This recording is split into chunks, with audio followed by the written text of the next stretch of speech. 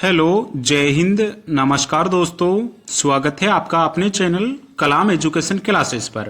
दोस्तों, हम इस क्लास में करने वाले हैं आरपीएफ कांस्टेबल व एसआई से संबंधित जीके जीएस का प्रैक्टिस सेट।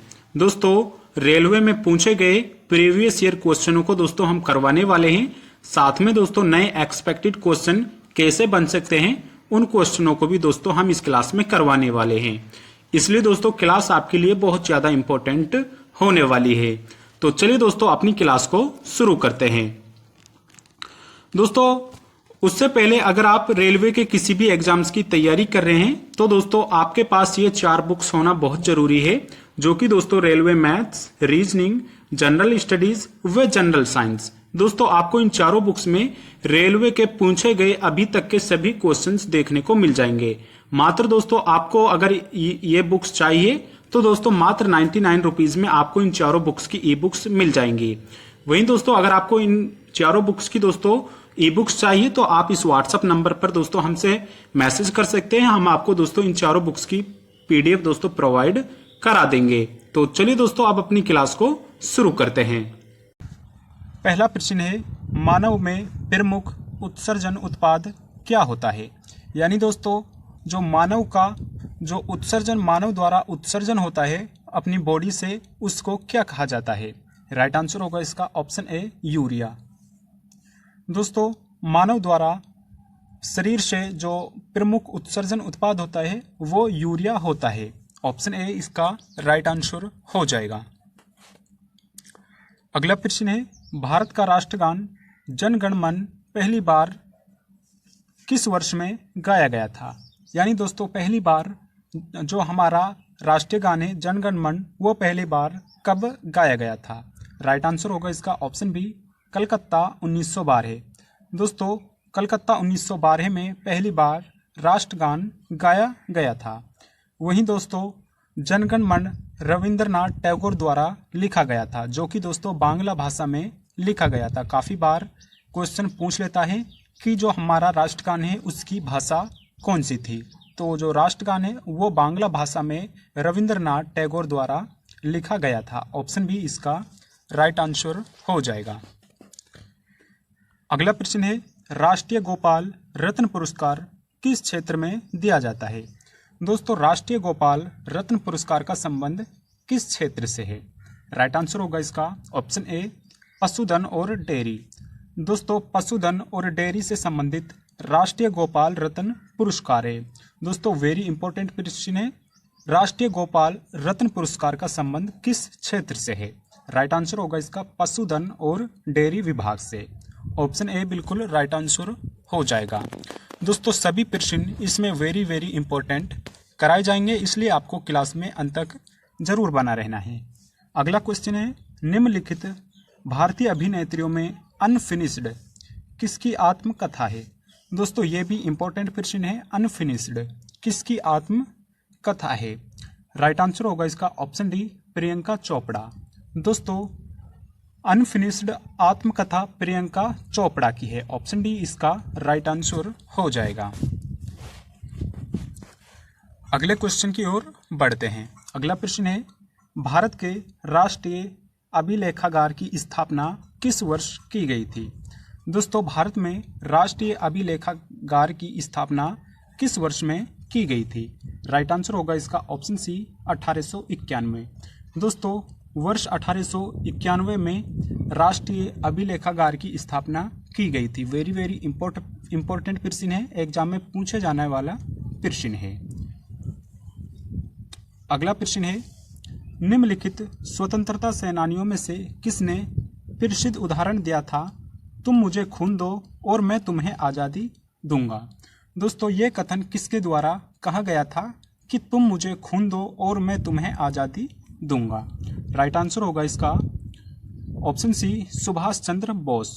दोस्तों सुभाष चंद्र बोस एक भारतीय महान क्रांतिकारी थे, जिनका जन्म 1897 में कटक ओडिशा में हुआ था। ऑप्शन सी इसका राइट आंसर हो जाएगा। अगला प्रश्न है, अंतरिक्ष से प्रवेश करने पर उल्का पिंड वायुमंडल की किस परत में जलते हैं? दोस्तों अंतरिक्ष से प्रवेश करने पर उल्का पिंड वायुमंडल की किस परत में जलते हैं? राइट आंसर होगा इसका ऑप्शन सी, मध्य मंडल। दोस्तों इसका ऑप्शन सी मध्य मंडल बिल्कुल राइट आंसर हो जाएगा। वहीं दोस्तों आपको क्लास के अंत में बताना है कि आपने इन 20 क्वेश्चनों में से कितने क्वेश्चन राइट किए हैं, क्योंकि दोस्तों आपकी तैयारी का यहीं से पता चलेगा। अगला प्रश्न है, भारत की ध्वज संहिता कब से प्रभावी है? यानी दोस्तों ध्वज संहिता कब से लागू की गई है? राइट आंसर होगा इसका ऑप्शन सी, 26 जनवरी 2002। दोस्तों 26 जनवरी 2002 से ध्वज संहिता लागू की गई है। ऑप्शन सी राइट आंसर हो जाएगा। अगला प्रश्न है, क्रोन किस देश की मुद्रा है? यानी दोस्तों क्वेश्चन में सीधा सीधा पूछ रहा है क्रोन किस देश की मुद्रा है? राइट आंसर होगा इसका ऑप्शन ए, नॉर्वे। दोस्तों नॉर्वे की मुद्रा क्रोन है, जो कि प्रश्न में पूछ रहा है। ऑप्शन ए इसका राइट आंसर हो जाएगा। अगला प्रश्न है, स्वतंत्र भारत में कागज रहित बजट के रूप में पेश किया जाने वाला पहला बजट किस वर्ष का था? यानी दोस्तों पहली बार पेपरलेस बजट किस वर्ष में पेश किया गया था? राइट आंसर होगा इसका ऑप्शन ए, 2021-22। दोस्तों 2021-22 कोविड-19 के चलते भारत की वित्त मंत्री निर्मला सीतारमण द्वारा 1 फरवरी 2021 को पेपरलेस बजट पेश किया गया था। दोस्तों काफ़ी इम्पोर्टेंट प्रश्न है, आपको ये प्रश्न याद रखना है, क्योंकि ये अभी कई बार एग्जाम में पूछा जाएगा, इसलिए आपको ये प्रश्न अच्छे से याद रखने हैं। अगला प्रश्न है, भारतीय संविधान का निम्नलिखित में से कौन सा भाग मौलिक अधिकारों से संबंधित है? दोस्तों इनमें से किस भाग में भारतीय संविधान में मौलिक अधिकारों का वर्णन किया गया है? राइट आंसर होगा इसका ऑप्शन डी, भाग 3। दोस्तों भाग थर्ड में मौलिक अधिकारों का वर्णन है। ऑप्शन डी इसका राइट आंसर हो जाएगा। दोस्तों मौलिक अधिकार आर्टिकल 12 से लेकर 35 तक इनका वर्णन है। ऑप्शन डी बिल्कुल राइट आंसर हो जाएगा। अगला क्वेश्चन है, हुक पास शब्दावली किस खेल से संबंधित है? दोस्तों एग्जाम में शब्दावलियों से भी काफ़ी प्रश्न पूछे जाते हैं और अब तो इनका ट्रेंड ही बना हुआ है। हुक पास शब्द का संबंध बास्केटबॉल से है। ऑप्शन डी इसका राइट आंसर हो जाएगा। अगला क्वेश्चन है, उत्तर प्रदेश के किस स्थान पर मून मिशन म्यूरल स्थापित किया जाएगा? दोस्तों उत्तर प्रदेश के किस स्थान पर मून मिशन म्यूरल स्थापित किया जाएगा? राइट आंसर होगा इसका ऑप्शन डी, प्रयागराज।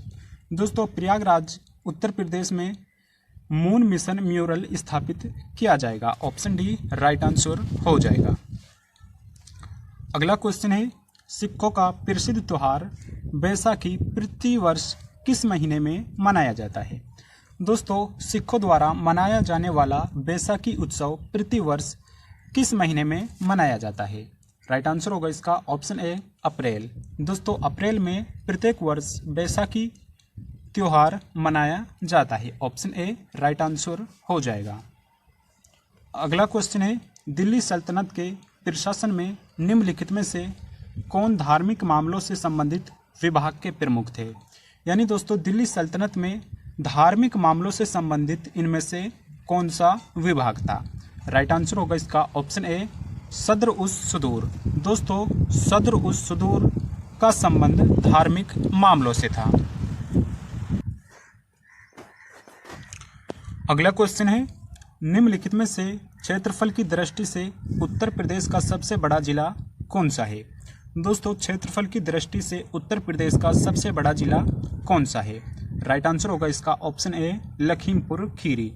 दोस्तों लखीमपुर खीरी ये उत्तर प्रदेश का सबसे उत्तरी राज्य है, वह नेपाल के साथ सीमा बनाता है और क्षेत्रफल की दृष्टि से उत्तर प्रदेश का सबसे बड़ा जिला है। ऑप्शन ए राइट आंसर हो जाएगा।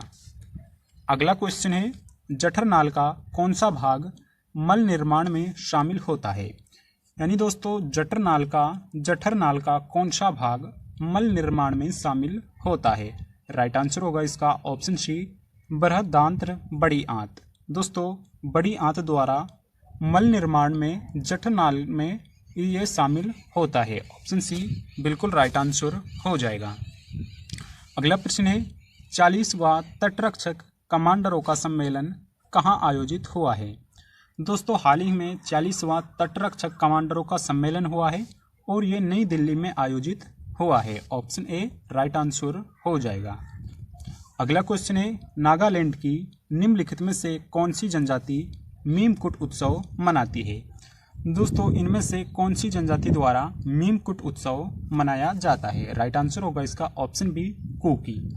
कुकी जनजाति द्वारा प्रत्येक वर्ष मीमकुट उत्सव मनाया जाता है। दोस्तों मीमकुट उत्सव ये मिजोरम, नागालैंड, मणिपुर आदि राज्यों में ये उत्सव मनाया जाता है। ऑप्शन बी बिल्कुल राइट आंसर हो जाएगा। अगला क्वेश्चन है भारत का राष्ट्रीय जलीय जंतु क्या है? दोस्तों भारत का जो राष्ट्रीय जलीय जंतु है वो कौन सा है? राइट आंसर होगा इसका ऑप्शन बी रिवर डॉल्फिन। दोस्तों रिवर डॉल्फिन भारत का राष्ट्रीय जलीय जंतु है। ऑप्शन बी बिल्कुल राइट आंसर हो जाएगा। वह दोस्तों आज की क्लास का होमवर्क का क्वेश्चन है 2011 की जनगणना के अनुसार निम्नलिखित में से किस केंद्र शासित प्रदेश में लिंगानुपात सबसे कम है? दोस्तों आपको इस प्रश्न का आंसर आपको कमेंट बॉक्स में करके बताना है। धन्यवाद दोस्तों।